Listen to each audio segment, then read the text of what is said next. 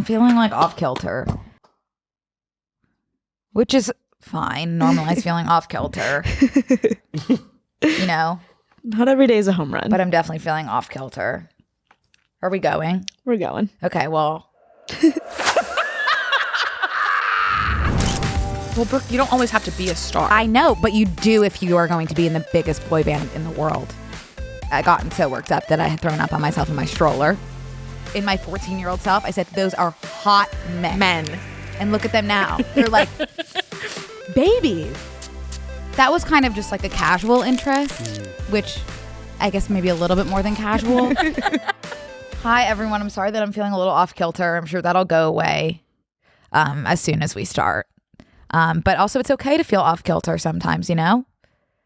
How are you guys feeling? Are you on kilter or off kilter, or unfortunately dancing in between the kilters? I think we're cycle synced. You're off kilter? I'm a little off. But Kenny, you're off kilter too? A little bit. My kilter's ajar.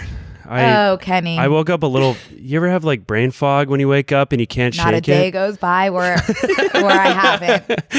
Yeah. I usually beat it with coffee. Yeah. And it didn't do anything this morning. I'm just kind of like, I feel like something's ajar. Definitely. With the universe. Have I ever told you my favorite story about the word ajar? I guess why would I have? But one time I was playing bananagrams with my friend Alexa, and it's like not her strong suit, and she knows that, and she's the love of my life. I would never say a bad word about her, but it's not her strong suit. And I put ajar as one of my words, and she yelled at me that we can't use Spanish words. that's awesome. I love her. Anyway. Yeah, I woke up this morning. Have we recorded since I've been in my new apartment? I don't think we've recorded Obsessed. No. I really am so happy there. It's so bright and airy, and it's just got a good energy. That's awesome. But it is like a little overwhelming because it's so much bigger than my last place. So that now it's like empty, you know, because like my crowded one bedroom, like it looks like I had nothing when it's all moved into this place. So I don't know if it's like just like waking up to like an empty house every morning that's kind of put me off kilter, or the fact that I like literally have not stopped moving, which for me is really hard. Yeah. Like I moved and then immediately went. And these are all great things, and I am not complaining. I can't stress that enough. I think I'm just a little bit sleepy. Yeah. Of course. But yeah, loving the new place. Are you Loved. What was that, Kenny? Sorry, are you planning on filling all the rooms, or is that your like grand design eventually to fill all 3 or all 4? Yeah. So my bedroom's looking really good right now. I got it. It doesn't look like a hospital at all, which my Nice. old room did look like a hospital. So I got a new bed frame, which is really exciting. And I got really cute matching nightstands that I put together all by myself, which I was really proud of. And then tomorrow, I'm going to stain my old IKEA dresser to match the wood of my bed frame and my dressers, which I don't know how to do, obviously. But I screenshotted some instructions from google.com. And so we'll see how that goes. I'll be definitely interested to see how me staining something goes. Do you think you can do that inside? No. I can't move my dresser outside. What if I open the window? Oh, yeah, I was going to say open a window. Yeah. Maybe have a fan going too. Yeah. Fan X window collab? Yeah. Just so you don't get like suffocated. Yeah. Then you'll feel really off kilter. I will. Yeah. And it's going to be in my bedroom, so I'll sleep easy. Yeah. I'll sleep nice and easy. It's for the best. But It's the midsummer that effect. takes me out. Like, what a way to go. Yeah. So, and then there's the multi-purpose media playroom, guest room, knitting studio office, which that really has nothing in it. And that's feeling very intimidating to me. Yeah. I think I'm going to make that like maybe and also like a get ready room too. Okay. So I don't know what kind of like furniture to put in there, because I do want people to be able to sleep in it, even though it's my office, playroom, knitting studio office, multi-purpose playroom. But I don't want it to be like a bed. So I'm thinking, oh, what about a day bed? Yeah. That's fun. There's not a lot of good day bed options. So. Yeah. I used to have one in my old house that I can send you. That was cute. Oh, yeah. From probably Pottery Barn. But they're so expensive. yeah, that was just like all. I don't like, how do people furnish a house? It's as much as the house. Yeah. Yeah. It's insane. When you say daybed, I'm having a hard time picturing that. Is that like a fainting couch? Like a Victorian fainting couch? There's a few different ways we can go about a daybed. Yeah. So there's the kind that just like looks like a bed, which I guess would be more of like this style. Oh, okay. Like that looks like a bed for all intents and purposes. Yeah. And there's like a trundle. And then there's like this, which is like bed meets couch. Yeah. If you put a mattress on that. That's classy. And then there's like these, which are more so just couch. Ooh, West Elm. Yeah. So that's technically a daybed, but it's also like, if I had guests, I wouldn't like be like, this is your bed. You know, it's more of a couch. So I think I'm going to go for option 2, which is the daybed that kind of like holds a mattress, but could double as a couch. Yeah. That's really nice. Yeah. This one actually, I'm not hating this one. World Market weirdly has, I mean, you wouldn't expect them to have good furniture, but they do have some good stuff. I love World Market so much. That's where my like coffee table is from, and that might be it actually. But that is where, that's where my bookshelf is from. Oh. Yeah, my pride and joy is from World Market. So it is gorgeous and reasonably priced, and I love it, and it's walking distance from my house, and I need to learn that just because I can walk there and buy stuff, it doesn't mean I have to. I'm having that issue. I bought like 10 cups, which I didn't need. I already have cups. Like, buy a daybed. Like, you need a daybed. You don't need more cups. But I can't stop buying cups from World Market. And also the Barnes & Noble is right there too, walking distance, which has definitely been bad. Have you been going even more than you usually do? I've been going every morning. Okay. Because now my local coffee shop is the Barnes & Noble Cafe. Oh, man. Which, as we know, bury me there. But I am like gonna start having to like seriously budget now that I'm like in walking distance to all of my favorite places. Yeah. It's horrible. Well, maybe just more plants would fill the space, you know? Yeah. That's a good option. That's so true. Make it vibrant. That's so true. But yeah, that is a tall task to fill multiple rooms with furniture. It's definitely a tall task. Yeah. Anything that you guys are obsessed with recently? Severance Season 2 just announced January 2025. I'm beyond stoked for that. It's one of my favorites right now. I did think it was going to come out this year, so a little disappointed that we have to wait even longer. When was Season 1? Oh, man. It came out, I think, 2021, 2020. It was like during COVID it came out. It's been a minute. I might be wrong on that, but it came out, and then the strike kind of like halted obviously any production, so they had a big delay, and then now we're looking at January of next year, and it's July, and I'm like, I really was hoping for October, November at the latest. So I can be patient, but it's gonna be tough. It's almost impossible, but yeah. That's the one with Adam Scott, right? Yes. Yeah. And I saw him. Did you? Here in the parking lot. Oh shit. Yeah. Whoa. Crazy. Yeah.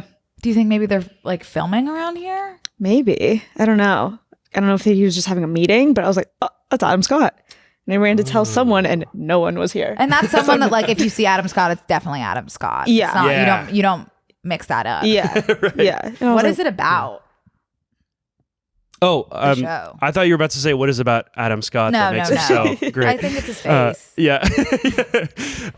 The show is kind of like a dystopian sci-fi of sorts, where Adam Scott, the world that he lives in is that you have an outside life and an inside life. And when you clock into this, he works for like an evil corporation, basically. When you clock in, you take the elevator down and your memory is wiped. You have no recollection of who you are on the outside.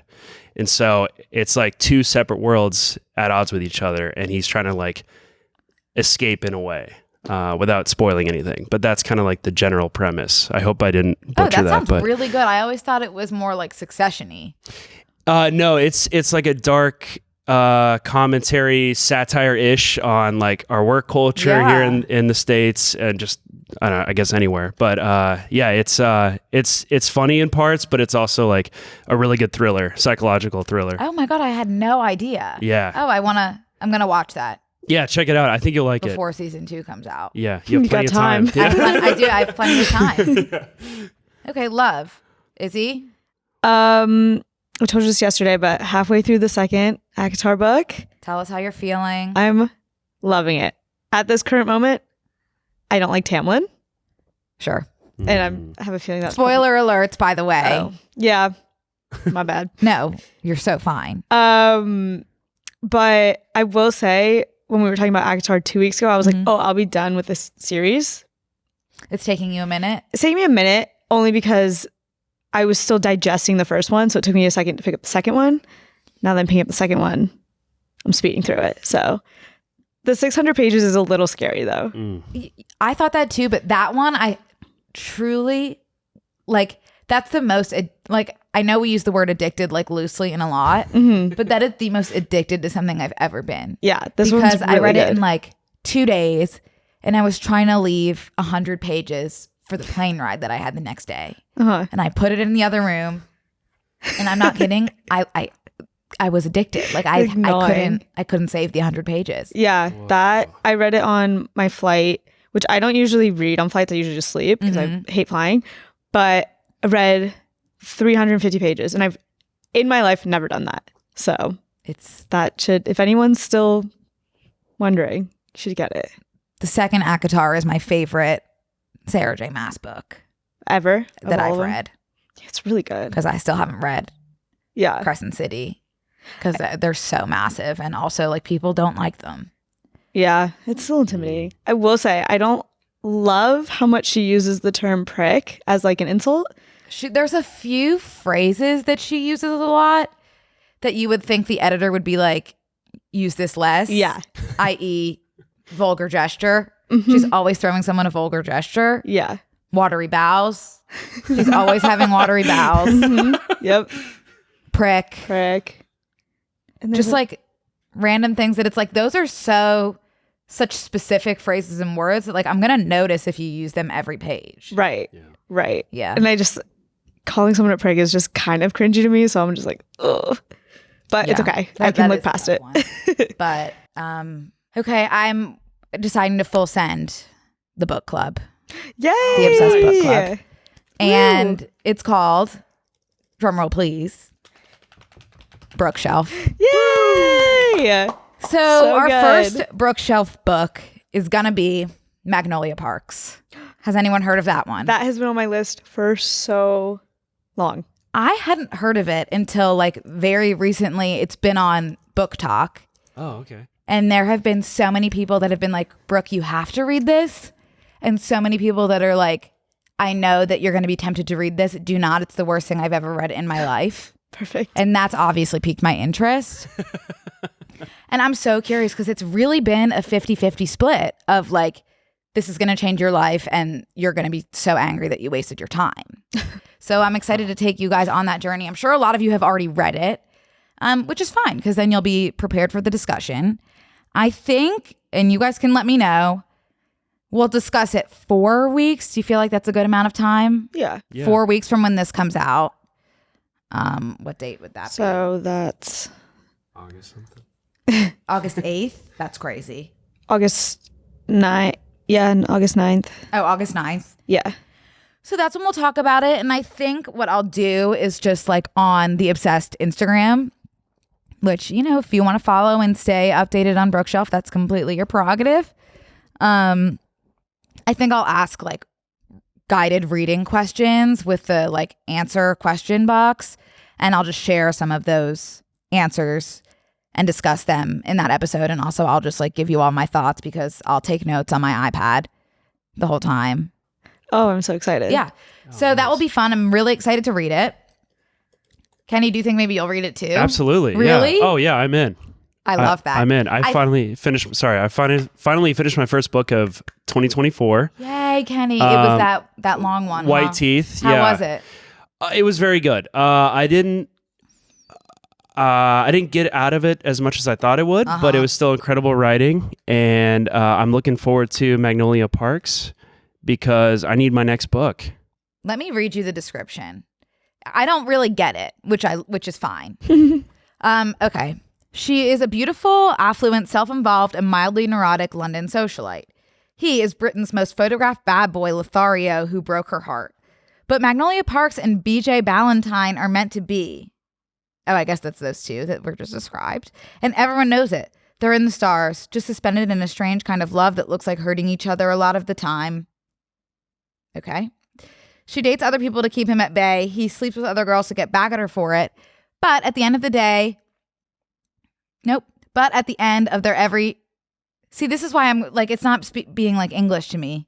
But at the end of their every sad endeavor to get over one another, it's still each other that they crawl back to. Kind of like fated lovers. Love that. But their dysfunction is catching up with them, pulling at their seams and fraying the world they've built. A world where neither of them has to ever let the other go completely. As the cracks start to show and secrets begin to surface, Magnolia and BJ are finally forced to face the formidable question they've been avoiding their whole lives. How many loves do you really get in a lifetime? So I don't think it's just romance, though. Like, I think there's a lot. I'm seeing it's tagged in the fantasy section, too. So let us know. Like, I think it's more than just a romance book. Like, from my understanding, it's kind of like chaotic and everything, which could either be really good or really bad. So very excited for that.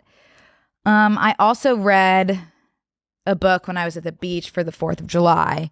I read Beach Read by Emily Henry, which Emily Henry is like the romance author. Everyone's obsessed with her. Everyone's been telling me to read her for so long. I think like 5 out of 6 of her books, those numbers might be off, but I know it's like every book she's written but one, or no option for like movies and TV shows. So she's really like the it romance writer. And I was nervous to read one of hers because I was scared I wasn't going to like it because I know that would be very disappointing for a lot of people and also me. So I read Beach Read, which is the one that people were recommending most to me. And you guys, I didn't hate it. I did not hate it. I'm not quite seeing what everyone is obsessed with. But I didn't hate it. I gave it 3 stars. I definitely enjoyed my time reading it on the beach, but there were a lot of times that I was bored. I think that for just like, I wanted just like a nice, like cheesy's fine, romance, kind of fast paced. There were a lot of moments of just like her describing just like different, like imagery. Like she was very detailed in the imagery. And I was like, this isn't why I'm here. But I understand that can be important in a book, but that wasn't what I was needing in that book. And I felt like that took up a lot of time. But I will say I do think she's a good writer, and so I'm going to read another one. So you guys can let me know which one of hers to read next. I'm not giving up, and I'm gonna move forward with another Emily Henry. I already bought Book Lovers, which is another one of hers, at one of my Barnes & Noble trips. So that is on the list for the summer. Okay. Hey guys, we want to take a quick break to thank a sponsor of today's episode, Cora. Probably like many of you, I try to pay attention to the ingredients in my food, skincare, and beauty products. But I've never thought twice about what was in my period care products. Turns out there's some hidden ingredients that I don't feel great about putting in my body. But that's not the case with Cora. Cora's range of comfortable, effective period care products are made with clean ingredients we can all feel good about. And you can find Cora wherever you shop: Target, Walmart, Amazon, or online at Cora.life. Cora's products stand out from the rest. Their tampons are made from 100% organic cotton, and their pads and liners are made with a breathable organic cotton top sheet. Whatever you choose, Cora's got you covered from full flow to barely there days. On top of feeling good about what I'm using for my body, I love that Cora products actually work really well. Plus, with every purchase, Cora provides period products and body education to people who might otherwise go without. They've donated over 24 million period products to date. I know you'll love Cora as much as I do. So I worked with them on a special offer just for my listeners. You'll get 20% off, but only when you visit my exclusive URL, Cora.life/OWB, and use my promo code OWB. It's such a good discount. That's Cora.life/OWB. Don't wait. Get 20% off with promo code OWB at Cora.life/OWB. Hey guys, we want to take a quick break to thank a sponsor of today's episode, ZocDoc. Being an adult has its high points. Like, you can eat ice cream for dinner anytime or stay up all night without getting in trouble. But it's not all fun. You also have to do your taxes and figure out what's for dinner every freaking night. And make doctor's appointments too, also. And for that one, there's ZocDoc, the healthcare app that makes adulting that much easier. ZocDoc is a free app and website where you can search and compare high-quality, in-network doctors, choose the right one for your needs, and click to instantly book an appointment. We're talking about in-network appointments with more than 100,000 healthcare providers across every specialty. From mental health to dental health, eye care to skincare, and much more. You can filter for doctors who take your insurance, who are located nearby, who are a good fit for any medical need you may have, and who are highly rated by verified patients. You can also see their actual appointment openings, choose a time that works for you, and click to instantly book a visit. Plus, ZocDoc appointments happen fast, typically within just 24 to 72 hours of booking. You can even score same-day appointments. The next time I need an appointment, I'm heading straight to ZocDoc. So stop putting off those doctor's appointments and go to ZocDoc.com/obsessed to find and instantly book a top-rated doctor today. That's ZocDoc.com/obsessed. ZocDoc.com/obsessed. Two things that I'm obsessed with right now, really deeply. The We Live in Time trailer came out yesterday, which is the new Andrew Garfield and Florence Pugh film. You guys probably know I feel very strongly about Andrew Garfield, and I love Florence Pugh. And I've been waiting for this trailer for a very long time. And I'm not being dramatic. I waited a while to watch it. I didn't watch it till maybe like 10 hours after it came out because I needed to make sure I was home in a safe space. And I'm really not being dramatic when I say this. I think this is going to kill me. I think this movie's going to kill me. Mm-hmm. And I'm being like 100% like death. I won't be living after I watch this movie. Oh, wow. I'd feel more comfortable with EMTs next to me in the theater if I even see it in the theater. I'm not kidding. Like, this could be a situation where like I wait till it comes out and I can watch it at home because it seems so devastating. The tagline of the movie is like every minute counts, which obviously this is a rom-com where Florence Pugh's character gets cancer. So every moment counts. I would assume that she will no longer be with us towards the end of the film.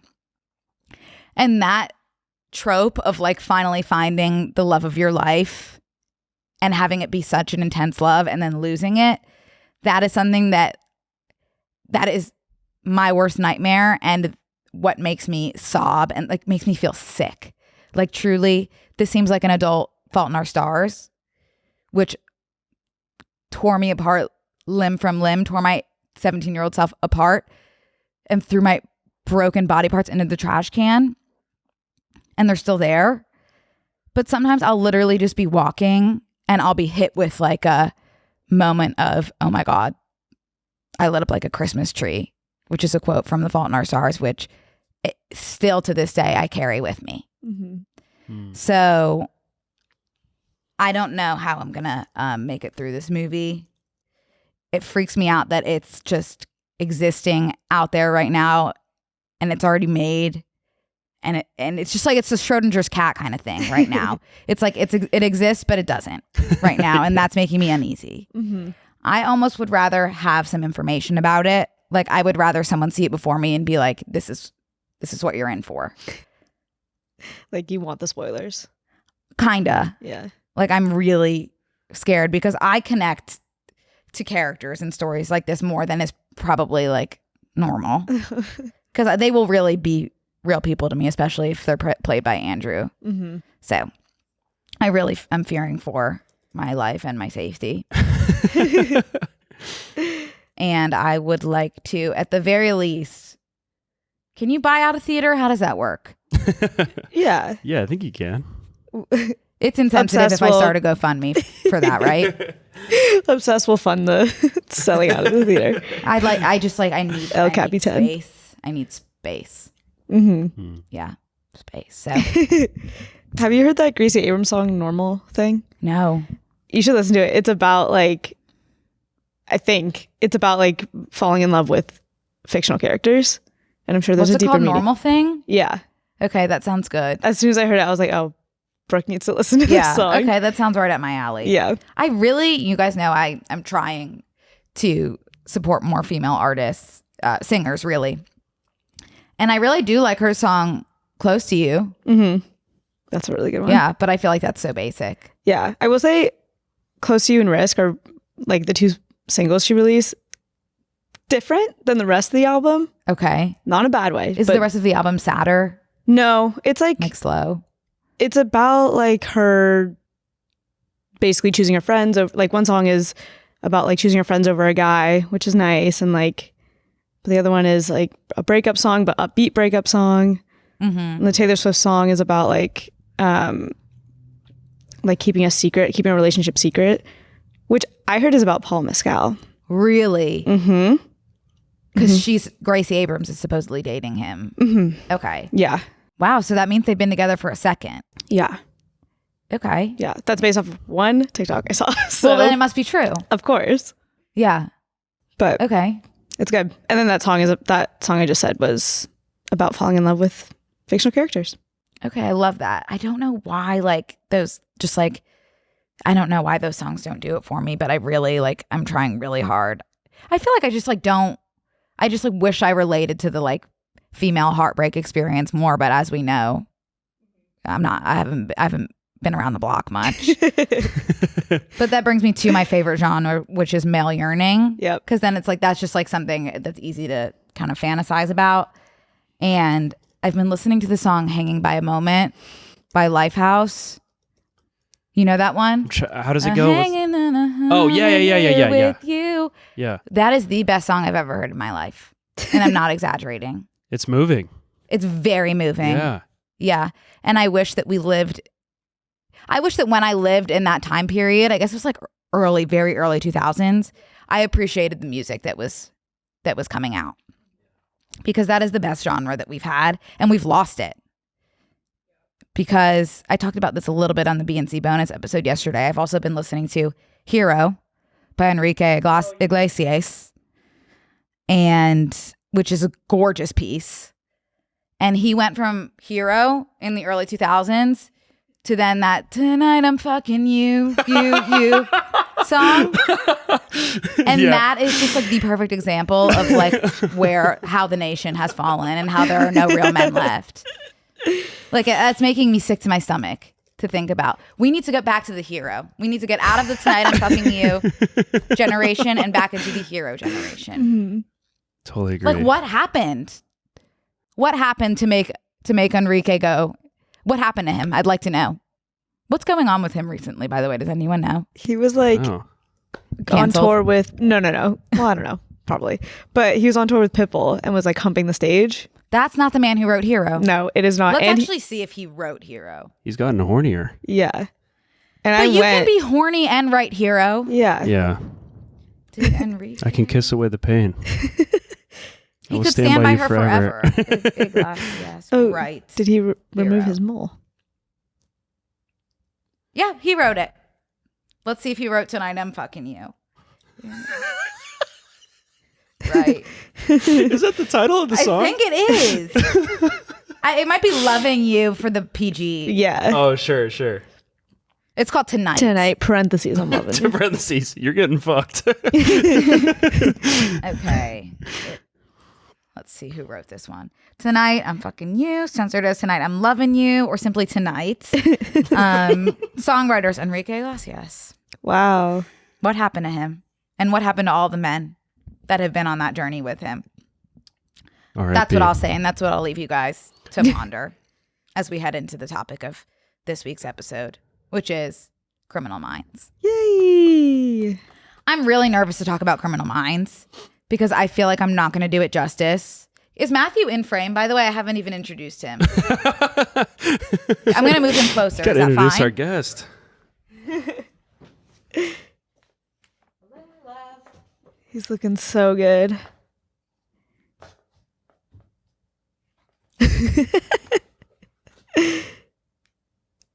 Do you want to put the stool behind him? I'll hold him. I don't mind. Okay. I do not mind holding Matthew right now. But this is my Matthew Gray Gubler cardboard cutout. He plays Dr. Spencer Reed in the critically acclaimed show Criminal Minds. And this is the FBI vest that I knit for him and also for myself. I've worn it a few times. We share clothes. And this is his earpiece that I wore for Halloween this year when I was a Criminal Minds FBI agent. Okay?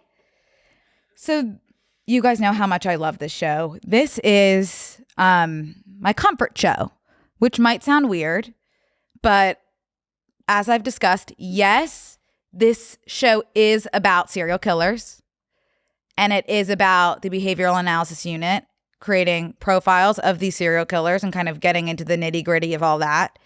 But this show is about family. Okay? The behavioral analysis unit, they are a family.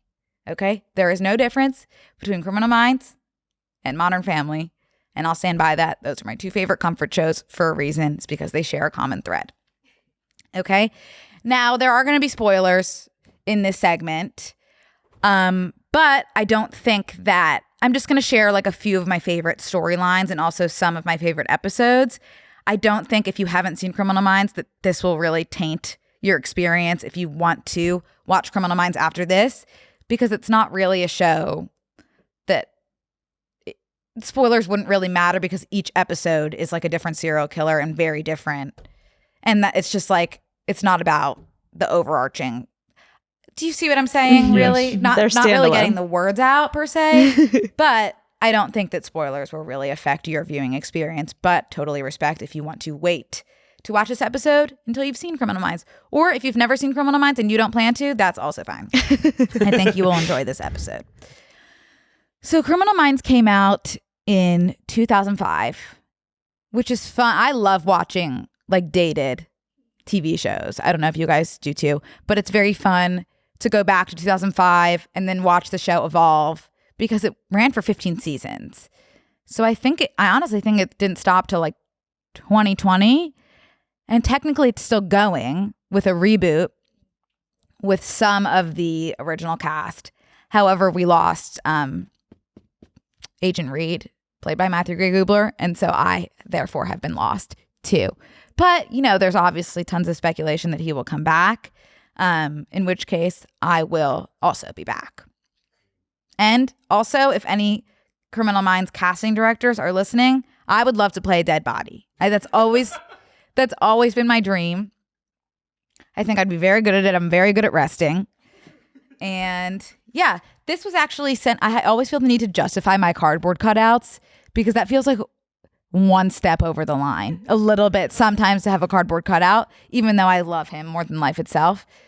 This was a gift from CBS, or what's the CBS parent company? Maybe Paramount. Yeah, this was a gift from one of those, and I treasure it. And that's so nice. They sent you Matthew Gray Gubler in the mail. They sent me Matthew Gray Gubler and a mug that said Mrs. Dr. Spencer Reed. Now, you might be wondering, why am I not calling him Agent Reed? Okay, it's because you go by your highest title. So is he an agent? Yes. But is he a doctor? 100%, because he graduated high school when he was 12, has about 18 PhDs. Okay? Wow. Let's get into... It's accomplished. Let's get into the key characters. Okay? We have Agent Aaron Hotchner, okay? Familiarly known as Hotch, okay? I'm going to call him Hotch because familiarity between me and him. He's the unit chief. So he kind of runs the BAU. You report to him. He is one of my favorite characters because he is like curmudgeon, very rough around the edges, doesn't crack a smile kind of guy, but heart of gold. You know, there's kind of like that mush in there that like when you see those rare moments when you see him crack a smile or do something like out of his comfort zone, that means the world to me, those moments, and I treasure him. He is addicted to work, so much so that he often chooses work.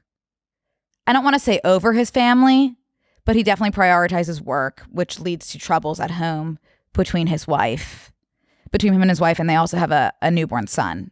in season 1. So that's kind of creating some rifts. Okay.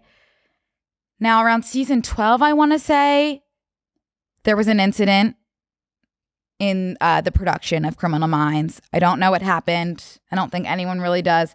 Apparently, Thomas Gibson, who plays Hotch, there was an altercation. Oh, I heard about this. There was an altercation with a producer, and he very abruptly left the show.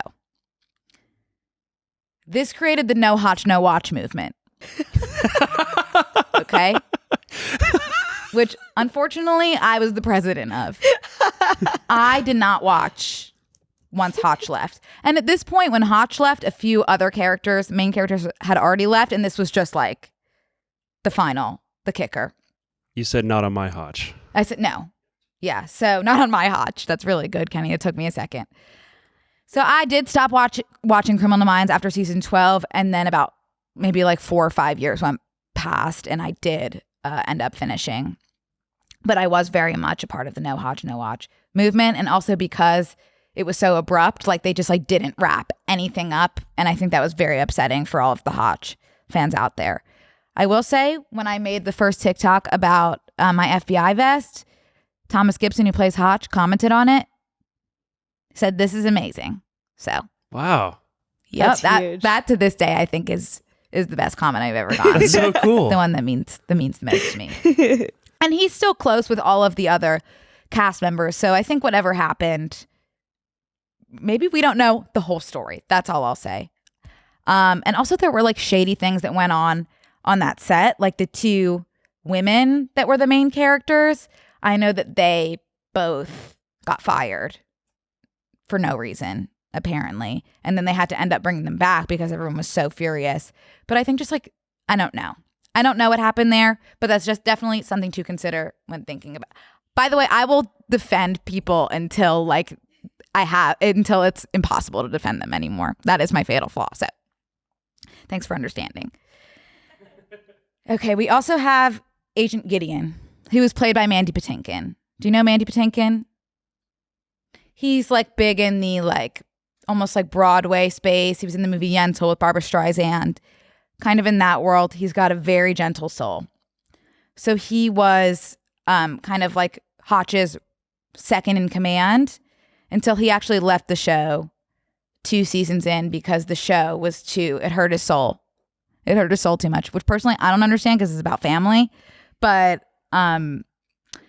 yeah, he left the show and joined a show about terrorism. So, you know that show Homeland or whatever? This was hurting his soul, Criminal Minds, so he had to go to Homeland. Which, like, to me, I haven't watched Homeland. It can't be that much better, surely. It's not. Yeah, I haven't seen it either, but I would assume that's much darker. Yeah. So it's definitely interesting. But, you know, I did love Gideon, which made it very hard when Agent Rossi came to replace him. But eventually we warmed up to him, and he was with us till the end. So I think a lot of people really think of, like, Gideon as one of the main members of the BAU, but really, he was only with us for 2 seasons. But he was the founding member of the BAU with Rossi. Okay, they founded the BAU. Rossi came in. He was hard to get to love at first, but, you know, we warmed up to him. And at the end of the day, he's an Italian man who just loves having people over to smoke a cigar and make bolognese. So, or carbonara, and we love him. Let's get into Dr. Spencer Reid. Okay? Dr. Spencer Reid is played by Matthew Gray Gubler, who is the love of my life. And I will say the first episode I watched of Criminal Minds, it was an immediate imprint on him. He is like, I think that they wrote him, or at least Matthew plays him in a way that like you would assume he's maybe on the spectrum. He is like, has, you know, a lot of social issues.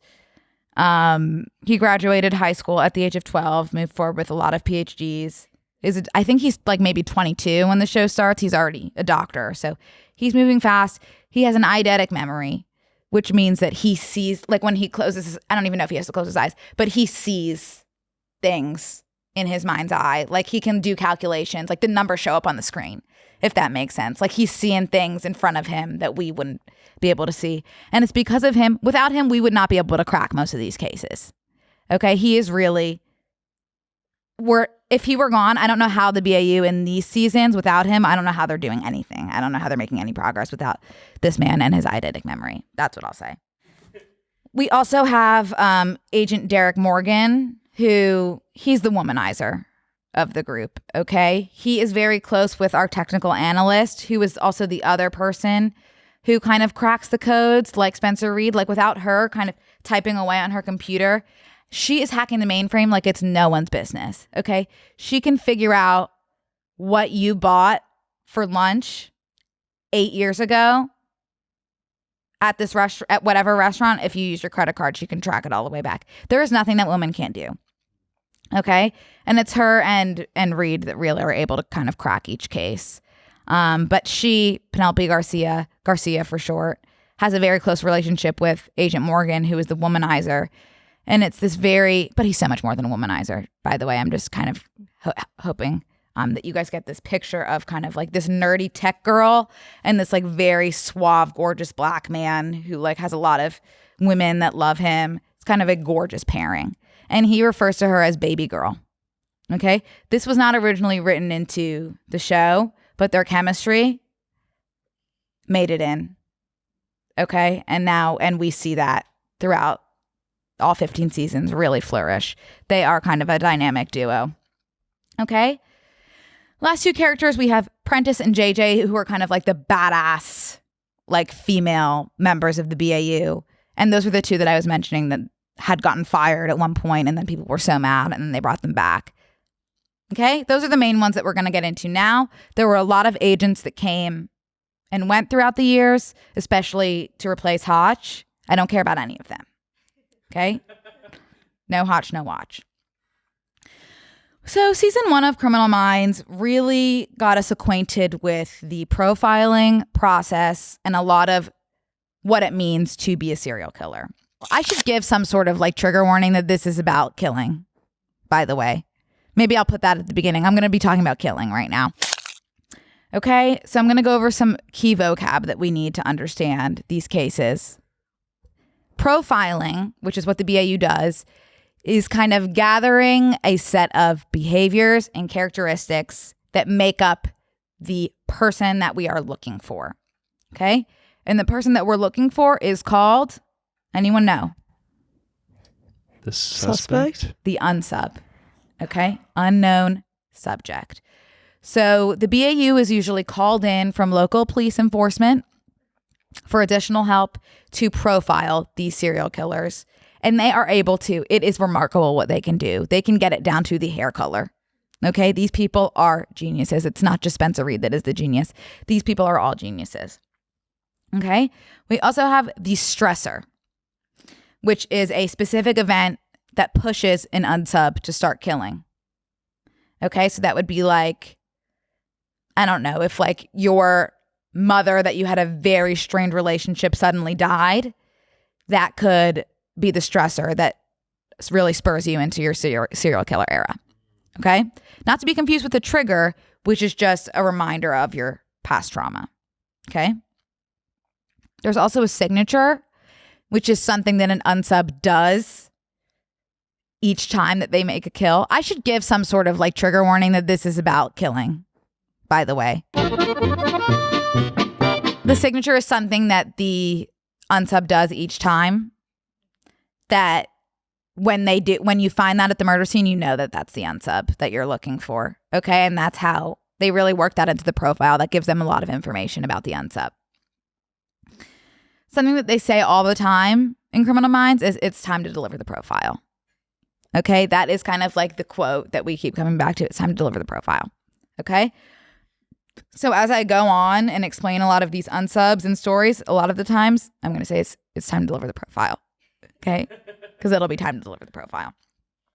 So that's kind of season 1, kind of getting us acquainted with all of that stuff. Season 2, we start to learn more about the characters. I'm going to highlight a specific moment of season 2 that has stayed with me.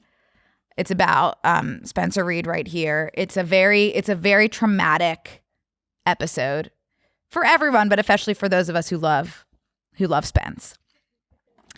The episode opens.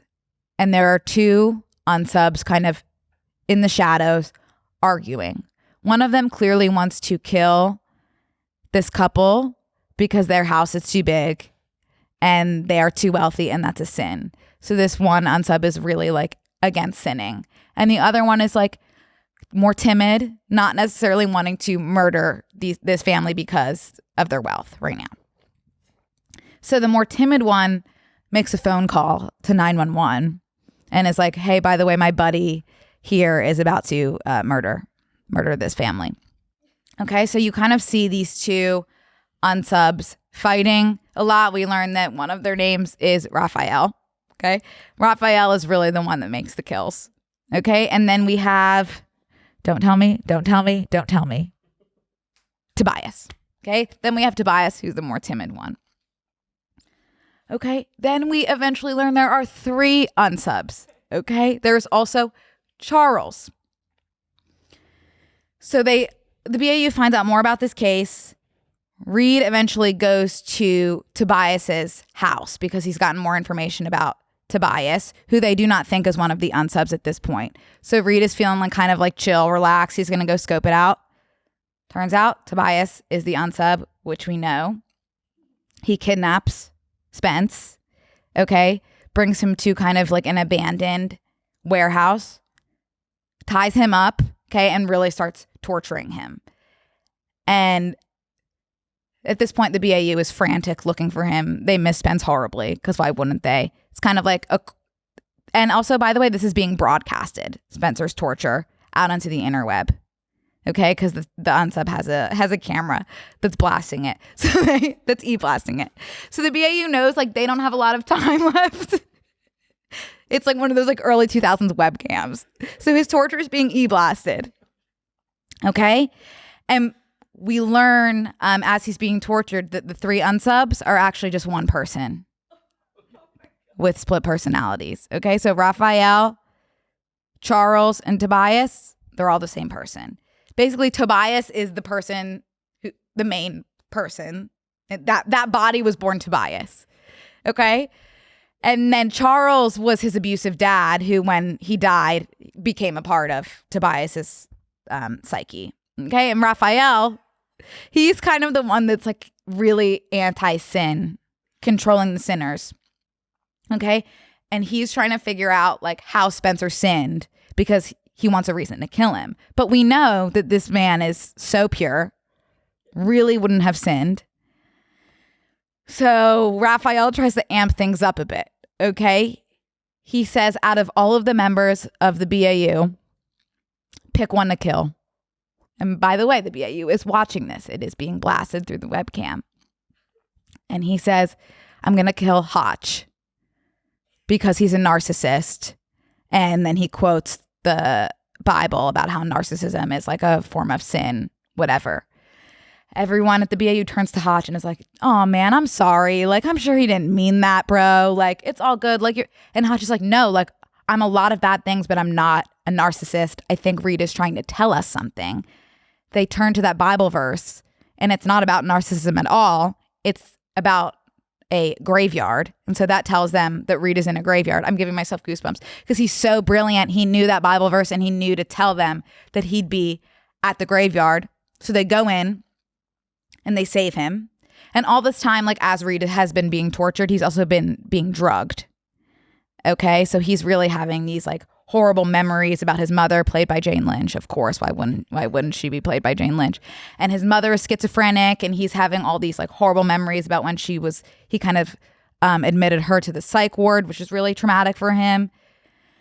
So they finally save him, untie him. The unsub is killed. He's finally freed from Rafael and Charles too, while being killed. Which is, if you look on the bright side of things. Happy ending, you think. They take Reed away. Last scene of that episode is Reed going back into the shed for the drugs, which starts a plot line of Reed becoming a drug addict, which like our pure sweet boy didn't need. Okay, so a big thing in Criminal Minds is like this: he cannot catch a break. It's really tough, and that kind of is the beginning of the he can't catch a break of it all. So that's something that we see throughout these seasons. There's also an episode in season 3 called Penelope, which means a lot to me in kind of a bad way, because she's the tech girl who's like very nerdy. I don't think she has a lot of luck with men, except for her friendship with Morgan, which is like really kind of an enigma, but also it makes a lot of sense at the same time. So in this episode, Penelope is in a coffee shop. And I like this episode because it gives us more of like a storyline based around the characters rather than more of an unsub. But Penelope's in the coffee shop and a really, really handsome man is needing help with his computer. And she helps him. And then he asks her out to coffee. And she's kind of shocked because she's like, wow, this man is so handsome. But like, yay, this is exciting. And then she goes ahead and tells Derek Morgan, who, you know, that's who calls her baby girl. And he was like, oh, how do you feel about that? And she was like, well, I guess I'm like a little surprised because he was like so handsome, but like I'm into it. And then he was like, I think you should listen to your gut. And then she was obviously like super upset, because who wouldn't be upset if you're like telling someone like, hey, this really hot guy hit on me. And then he's like, I think you should actually listen to your gut on that one. It's probably too good to be true. Something's wrong. So she was obviously upset, but she called it off with the handsome man because she was like, yeah, maybe something's wrong. And then she actually had it out with Derek Morgan later, and then decided, you know what? I am going to go on a date with him. Like maybe he just really likes me, which would have been an awesome like moral of the story, end of the episode. Like they really hit it off. Unfortunately, for everyone involved, at the end of the episode, they go on a date. Seems like they had a great time. He's dropping her off at her door. She's about to walk into her door. He has walked away. He's like at the end of her like driveway. And he goes, hey, Penelope, I've been waiting to do this all night. Shoots her. Which, like, how shitty is that? That's going to be me. Hey, Brooke, by the way, I finally found a hot guy. Hey, Brooke, I've been waiting to do this all night. Like, and it's like a bad shot. Like she's going to die kind of vibes. But obviously she lives because, like, for some reason, like when the bad guys are shot, they die on impact. But when the good guys are shot, like they're miraculously saved. So she did live, but like that is something that me and my friends joke about all the time. Especially me and Tristan, we're always like, hey, Tristan, I've been waiting to do this all night. Because it's just like that really would happen, where it's like you finally find a hot guy who wants to take you out and he just wants to shoot you.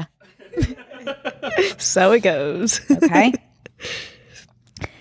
That's season 3. And I think around this time, Hotch and his wife, they get divorced because, you know, he is a workaholic. He is committed to getting these unsubs off the streets. And that is very hard for his wife, who has been at home with their child alone. Obviously, see her side, of course, goes without saying. That would be very difficult. But you guys know how much I care about Hotch, and he was just needing to keep these unsubs off the streets, which we can understand, of course. But he will never stop loving her. That's the thing. He will always love her, despite their divorce, and their main priority is their little boy Jack. So they're co-parenting. He doesn't get to see him that often due to the workaholism, but they do have a beautiful relationship. And this is what brings me to the unsub and the storyline that stands out most to me. And I would say of the spoilers, this is kind of like the spoileriest part of it all, because this is a storyline that kind of spans over the course of a season. So we've had a good run, and if you want to tune out at this part because it's spoilery, go ahead. But also, I would love if you kept listening also. So this is, I think, towards the end of season 4. The episode opens on a dying man who it turns out is a local cop in Boston. And he's literally like, he's got like 10 words left in him. He's about to die on his deathbed, and he calls in Hotch for kind of his final words. And him and Hotch had worked on a case earlier. And the unsub of that case was the Reaper. Now, the Reaper's signature, which means, do you guys remember? They're I don't like mean to put calling you on the card spot. move. Exactly. Yeah. Exactly. His signature was killing people via stabbing mostly, and then taking an object of theirs and then leaving that at his next crime scene. So when you found an object from a previous murder, you knew it was the Reaper's doing. Okay? So Hotch and this cop that's dying had worked on this case a while ago, and it went cold.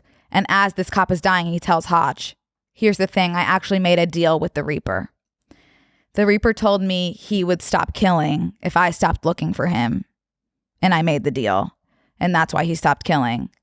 But now he has written me to let me know that he is actually coming back. So Hotch is like, well, that does suck. I wish you didn't make that deal. But there we have it. The Reaper's back. He makes a kill. And we know it's the Reaper because we found something from the previous murder that happened years and years and years and years ago. Okay? Now it's time to deliver the profile. It's time to deliver the profile. We know from the profile of the Reaper that his main thing is control. The killing was getting old for him, and that's why he made this deal with this old cop, because he wanted complete control over this guy's life, and he knew that until his dying breath that was going to haunt him, that he made that deal. But now that control is kind of expiring, now that this cop is also expired. So he needed to move on and start killing again. Okay? Here's the thing, though. His last murder that he made all those years ago, he left a survivor. The survivor's name was George Foyette, and he was stabbed so many times, but lived to tell the tale. And now he is in hiding because, as we've explained, the Reaper wants ultimate control. And so the profile indicates that maybe they left him alive because that was a different type of control to exert over George, just kind of keeping him scared for the rest of his life. So the FBI's main task now is to track him down, the survivor, because that's where they think they can get the most information, is from this witness and this man who survived the Reaper. Okay? They find him. He's very sickly. Okay? He has a lot of medications, and they found him through his meds, because he's completely off grid. They found him. They're interviewing him. The profile is starting to build, and the Reaper calls Hotch and offers him the same deal that he offered the cop that's dead. He says he will stop killing if they stop looking for him. Do you think for 1 second that the Hotch we know took that deal? Hell no. No Hell way. no. No So way. that pissed off the Reaper. Okay? That really pissed off the Reaper. And so he murders an entire bus full of people. And then with their blood writes all of George Foyette's addresses, because he had multiple hiding spots. He writes all of those saying that I'm going to go kill him. Okay. Obviously the BAU spreads out. They go to all of George Foyette's properties. Morgan finds enough blood that would indicate that he's gone. George Foyette is gone, and it's his blood. And then Morgan gets attacked by the Reaper. Okay? Luckily, the BAU came in time, but the Reaper took his badge. Okay? Keep that in mind, that he took the badge, because you know what the Reaper likes to do is take things and then leave them. So then Hotch has an idea, okay, because he's brilliant. He's wondering, why would the Reaper kill George Foyette if what the Reaper wants is control? And he already has so much control over George Foyette. And then this is where they put the pieces together that George Foyette is the Reaper. What? He had Wow. actually stabbed himself 9 times. Okay? And he has been the Reaper. I literally have goosebumps. Wow. Is that not insane? That's nuts. So then they find the Reaper, ex George Foyette. They capture him and they get him. And then everyone's on the private jet home. They're looking unsettled. Let's just say they know that maybe this story isn't over. And then one of the agents, I forget which one, comes back because she had just gotten off the phone. He had escaped prison. So basically he had been, when he was in his time off, he had been, one, collecting so much of his blood to stage his own murder that when Morgan found off that blood. Two, studying the layout of the prison to escape. He also bit himself, and then pretended that he was like coughing up blood and like having a seizure. So then they took him out of his cell, and then that's when he was able to escape. So now he's on the run, and then they say, "Don't worry, Hotch will find him." And then the end of the episode is Hotch saying, "No, we won't." That's it. And that's the end of that episode. Okay? Oh my God. Season finale. Oh my God, I have goosebumps. I really do. At the end of the last episode of season 4, Hotch is pouring himself a glass of whiskey. He's at a hard day at the office. And like, why are they filming Hotch alone in his apartment? Something's about to go wrong. Hotch senses it a moment before the attack happens. George Foyet pounces on him. Okay? They are fighting. They are on the ground. George has got a knife. And then he says, "Do you know how much I had to study the human body to stab myself 9 times?" Does the same thing to Hotch. Okay? Season ends. Season 5 begins. Hotch wakes up in the hospital. He's lived. But the reason that people were able to identify him is because he had Morgan's badge that was taken. So people were calling about an agent, Derek Morgan, who was in the hospital, but it was actually Hotch. So that's the thing he left. The thing he took from Hotch was the page in his address book of his wife and child. Okay? We know that the Reaper thrives off of control. Talk about control. Okay? He now has complete control over Hotch's life, which is really scary. Okay?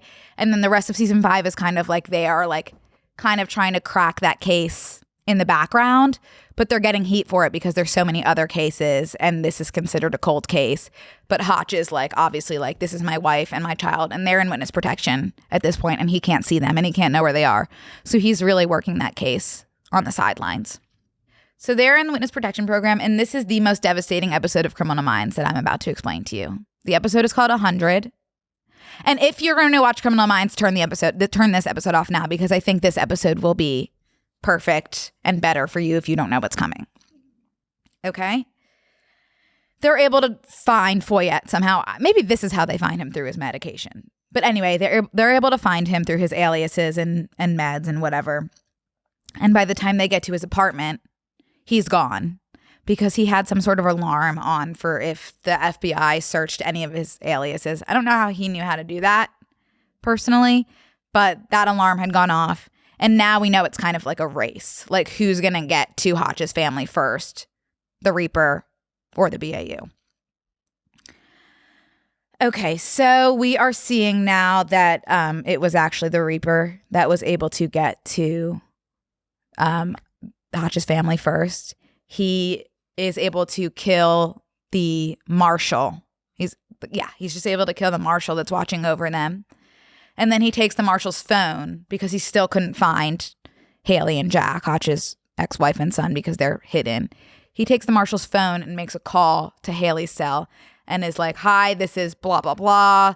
Like, someone from the witness protection program, like, something's happened to this marshal. Like, please get to this location right now, like, as your safe haven. So she's like, "Oh shit, like, I better run to this location." Unfortunately, that is the Reaper telling her exactly where to go. And so we're seeing that the Reaper is able to meet Haley and Jack on location. They are now in the same room together. And he, at this point, is just introducing himself as part of the witness protection program staff. It isn't until, because we know he likes control, he gets Hotch on the phone. And Hotch is on the way. He gets Hotch on the phone. And then Haley starts to realize, okay, this is the Reaper, and I've got, like, I don't have much time left. This is the most devastating scene in TV. Hotch is in the car, like he knows what's going to happen. He can't get there in time.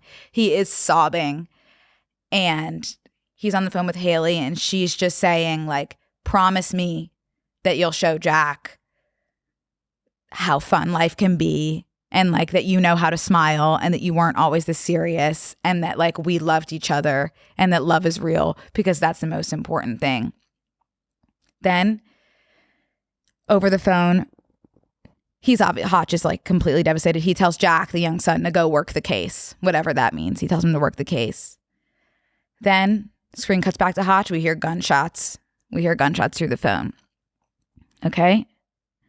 Eventually, Hotch gets to the house, and the address that the Reaper had chosen was the location of the home where they used to live together, because he knew that would have the most emotional impact for Hotch. Okay. Hotch gets there, walks in. He sees Haley is dead. No. Haley is dead. And then he sees that there is a figure behind the curtain. Okay. He obviously shoots at the curtain like 1,000 times. No. Reaper falls to the floor. Just kidding. It was a bulletproof vest. Okay. Reaper is alive and well. They are fighting tooth and nail, like insane, like punching. Eventually, Hotch beats Foyette to death, like punches him until he's completely unconscious, dead, which is obviously like you're not supposed to do that as an FBI agent. But in this case, like I think it would be really hard not to. So he's dead. And then he's searching all over the house for Jack, his son, and he finds him inside of this like bench that can open. And then there's a flashback to like when they all lived together and Hotch was working and Jack would hide in that bench. And Hotch would be like, what are you doing? And he'd be like, I'm working the case. I'm working the case with you. So Hotch had told him to work the case as his very nice. on the phone. And so he went to that hiding spot. And so he was able to live. Thank God. And now Hotch is a single father, which obviously is complicated due to him being a workaholic. Yeah. Right. So that is something that we navigate in the later seasons too. Okay. Those are some of my favorite storylines and episodes. I've got a lot more here that I could go on about. But we are out of time. I hope that this inspired some people to watch Criminal Minds. Or if you have already watched Criminal Minds and love it, I hope that you also were able to relate to my love for those episodes and those characters. And yeah, thank you guys so much for listening, and see you next time.